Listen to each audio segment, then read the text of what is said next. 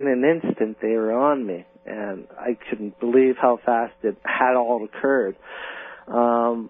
They were dressed in black suits, black shoes, black hats. They even had sunglasses on, though it was dark out.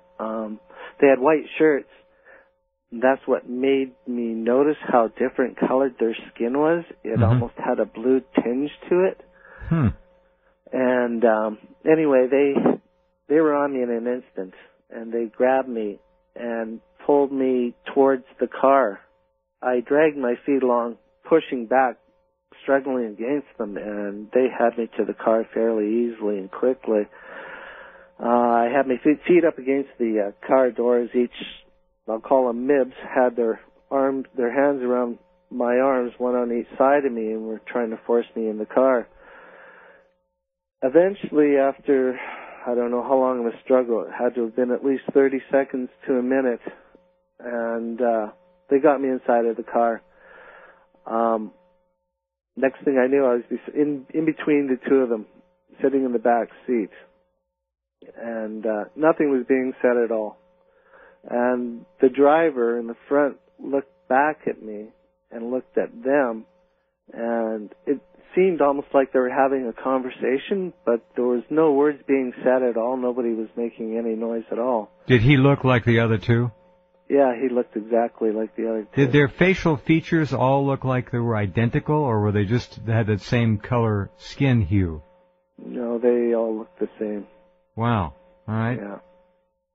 I mean, like triplets. For sure. Sorry? Like triplets. Yeah. Okay.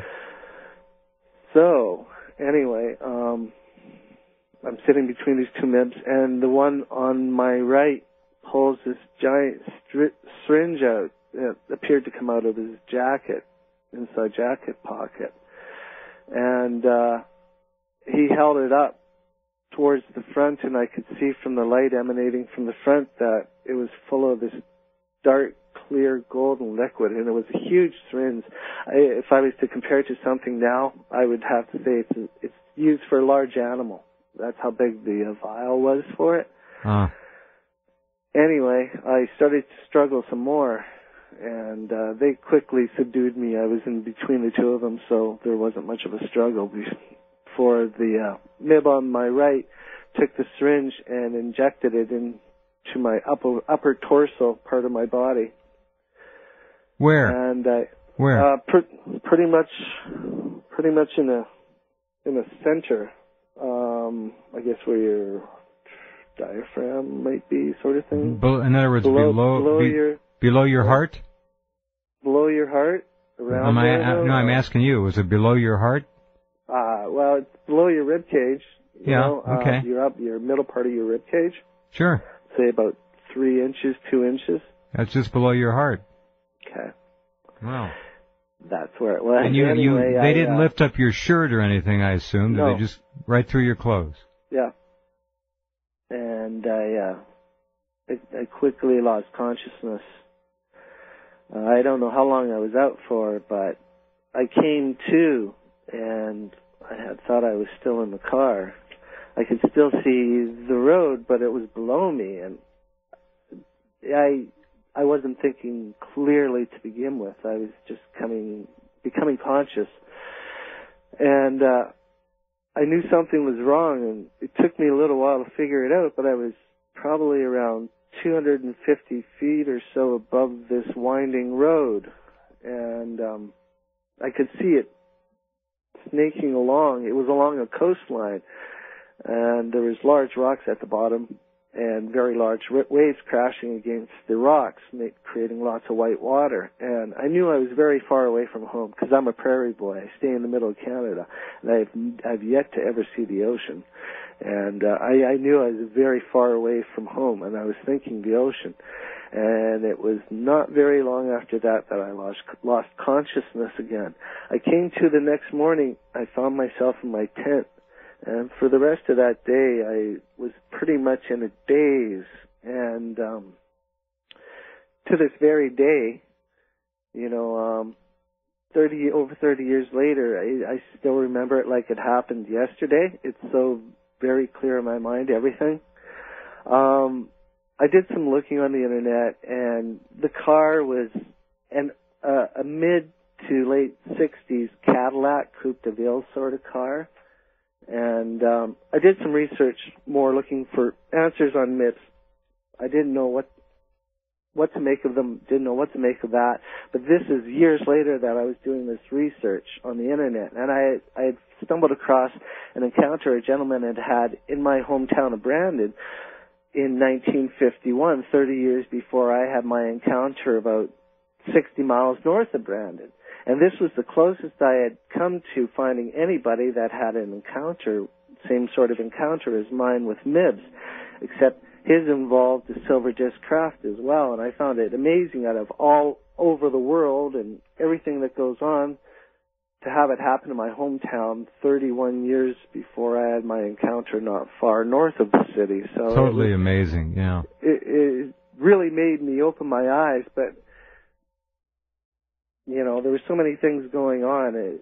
I didn't really, I threw that to the back of my mind. I wrote it off. I couldn't make sense of any of it, and the best thing to do was to bury it, and that's what I did for years to come.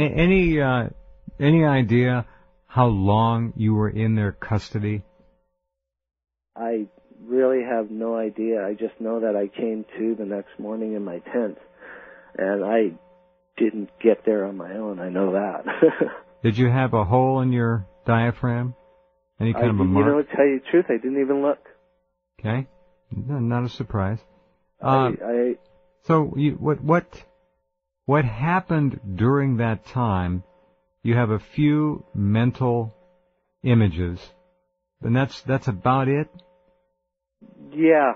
Well, I mean, after the abduction, it was very, spotty. That was it. I mean, it was certainly had to do with whatever I was injected with or whatever was done to me that made me lose consciousness. So what happened after that during my time with them, I really have no idea. Brian, this is a new one on me, an enormous syringe with dark gold, perhaps clear gold. Liquid, yes. What was it? What'd you say, Todd? I said, sorry, it was a dark golden clear liquid. I've not heard this before. This is a unique one. I haven't really gathered it. I've read some stuff around the internet on it, but it would have been very rare.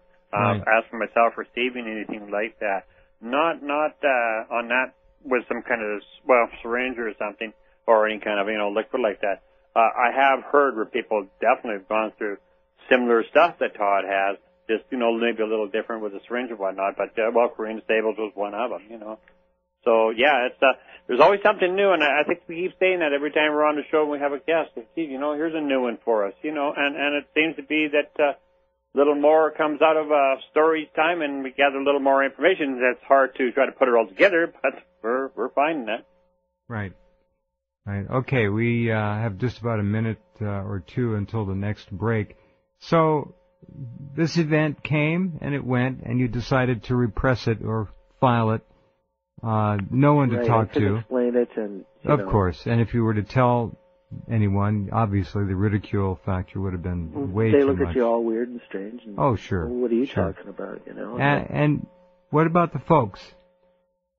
Were they ever in on any of the things you experienced up to that point in your life? And you mentioned paranormal things, and when we come back, I want to ask you just to sketch out a few of those things for us as well. Okay. Did your folks see anything, experience anything, and no, nothing? Not at that point in time. Okay. Later on in life, they did, though. Ah, all right. Brothers and sisters? No. Yeah, I have one sister, but she never experienced anything as far as I know. Mm-hmm. Okay. But when it comes to the mention of UFOs and extraterrestrials, my mother and my sister don't really like to talk about it, so I just leave it alone at that. Does that suggest anything to you? The possibility is there, but I really can't read into right. it. Well said. Maybe they don't even have